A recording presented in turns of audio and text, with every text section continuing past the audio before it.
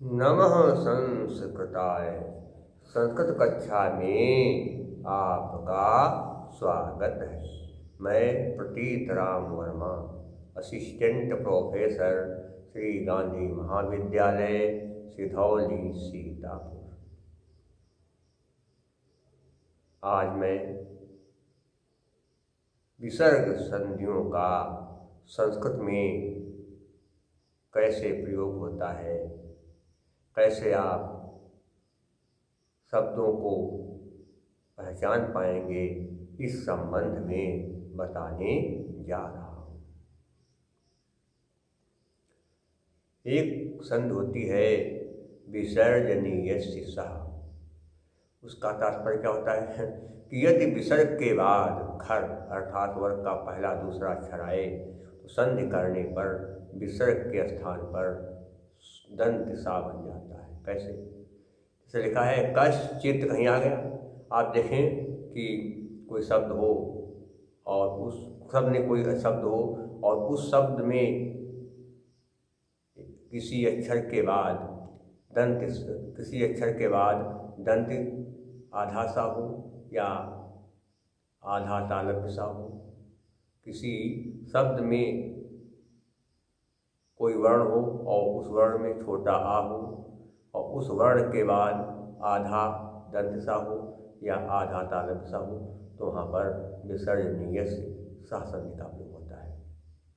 और ये जान लीजिए कि अगर किसी वर्ण में आ है उसके बाद आधा दंत सा है या मुँह जो है आधा तालव्य सा है, तो आप समझ जाए यहाँ पर विसर्जनीय सः के नियम से जो है संधि हुई है। और जो सा है, सा पहले नहीं था, यहाँ पर पहले विसर्ग था। ऐसे कहा कश्चित्, क्या कश्चित्, क्या होगा कश्चित्, इसका मतलब क्या है? जो तालव्य सा है, तालव्य सा नहीं, पहले यहाँ था विसर्ग। क्या? कह धन चित्त, का में आ।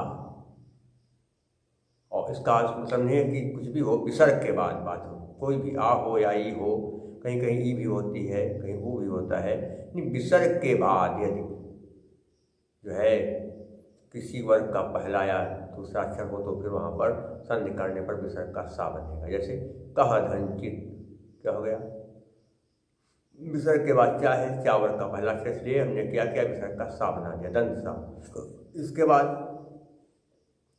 दंत सा का कहते चवर से योग हुआ, तो इसलिए इस्तो इस्तुना इस्तु के नियम से दंत सा का तालव्य सा बन गया। कह दिया निश्चेत चित्त चंदन स्तन तटम, होता है निश्चेत, तो निश्चय नहीं निश लिखा है, तो इसका मतलब क्या है? नी के बाद जो है आधा तालव्य सा है।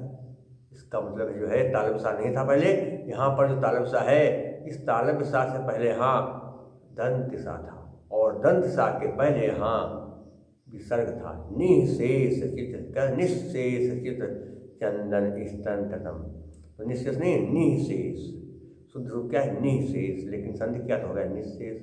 तो यदि आपको कहीं पर बीच में आधा दंत सा या आधा तालव्य सा दिखाई दे तो आप समझ लीजिए कि यहाँ पर जो दंत सा है आधा या आधा तालव्य सा है, यहाँ पर एक वर्ण नहीं था, यहाँ पर पहले विसर्ग था। इस चीज़ का ध्यान रखना। दूसरी चीज़ क्या है, आप ध्यान रखेंगे कि अगर कहीं पर कहते आपको बीच में ऊर्ध्वरा दिखाई पड़े, ऊर्ध्वरा समझते हैं, तो ऊपर लगता है, जैसे सी जैसा, जैसे क्या कहते हैं कि निर्बल दुर्बल में देखते हैं आप, कहते लगा होता है निर्बल दुर्बल।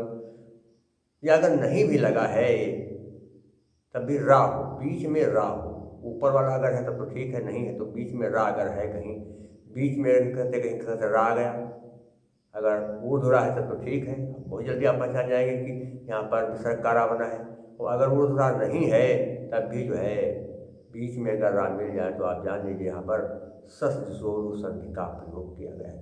सस्जोरु संधि के नियम के अनुसार एक विसर्ग था यहाँ, लेकिन अभी जो है रा बना दिया गया। तो क्या होता है? रा हमेशा विसर्ग का बनता है, विसर्ग का सा बनता है और विसर्ग का रा बनता है। कैसे समझिए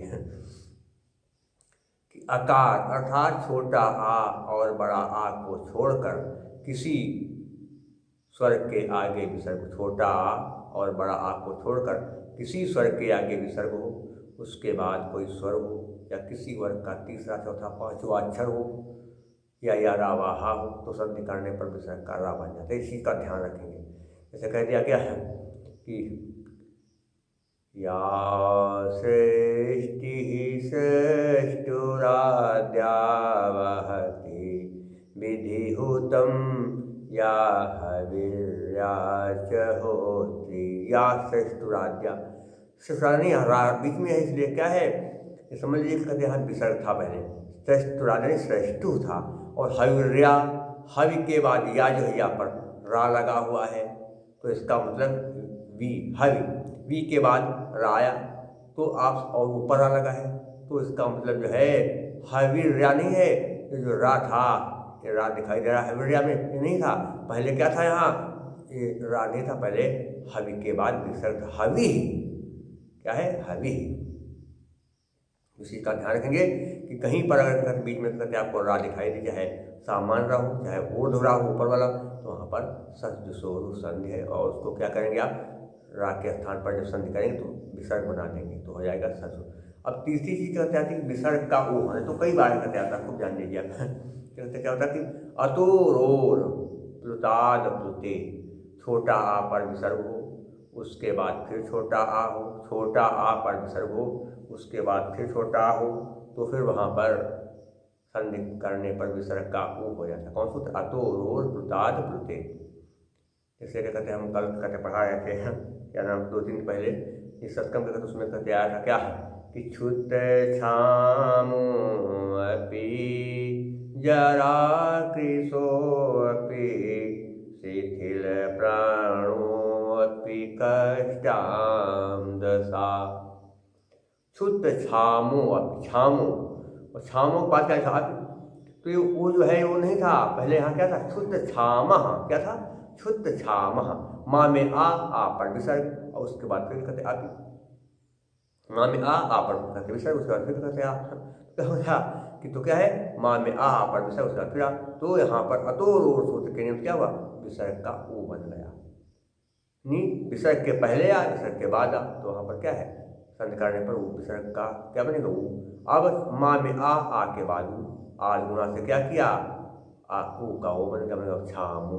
ओ के बाद ए अथवा ओ के बाद अगर आ आए तो संधि करने पर आ का अवग्रह चिन्ह बन जाता है, ये भी आप ध्यान में रखेंगे, तब तो बनेगा बढ़िया। इस चीज का ध्यान, कृषा प्रसो अपने भी वही है, कृषा धन अपि, कृषौ अब बनेगा, फिर कृषो अपि। और एक संधि क्या कहते हैं हास्य चाह, अगर छोटा आ पर विसर्ग है, उसके बाद किसी वर्ग का तीसरा चौथा पांचवा अक्षर है, छोटा आ पर विसर्ग हो, उसके बाद किसी वर्ग का तीसरा चौथा पांचवा अक्षर हो, या रावाहा हो, तो संधि करने पर विसर्ग के स्थान पर वो बन जाएगा। जैसे कहा कि पयोधरः, अब पयोधर थोड़े है, पाया धन धरः। एक देख लिया और ध्यान रखना कि अगर ओ के बाद आ आपको दिखाई दे अवग्रह चिन्ह, तब जान लीजिए यहाँ पर विसर्ग का जो है ऊ बना है, और फिर ऊ का ओ बना। और यहाँ अगर कहीं पर आपको ओ के बाद कहते किसी वर्ग का कहते आपको तीसरा चौथा कहते पांचवा अक्षर दिखाई पड़े, ओ के बाद अगर कहीं आपको किसी वर्ग का तीसरा चौथा पांचवा अक्षर दिखाई दे, या रावाहा दिखाई दे, तब भी आप समझ लीजिए कि जो है यहाँ पर विसर्ग का ऊ बना है। क्या कहते पया धन धरा, या में आ पर विसर्ग, उसके बाद धा, ता वर्ग का चौथा अक्षर, इसलिए क्या हुआ, विसर्ग का ऊ बन गया, मतलब पयऊ धरा, फिर या में आ के बाद आलूरा से क्या होगा, वो बन गया। इस तरह से कहते आप कर लेंगे आराम से। मनोरथा में क्या होता है, मन धन रथा, ना में आ पर विसर्ग, उसके बाद क्या है रा, संधि करने पर क्या हुआ, हस के नियम से विसर्ग का ऊ बन गया।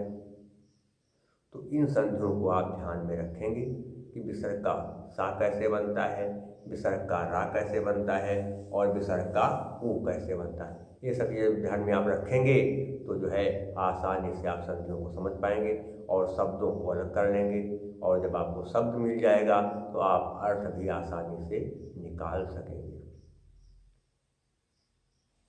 इस तरह से जो है एक सूत्र होता है रोय, अगर रा के बाद रा हो, अगर रा के बाद रा हो तो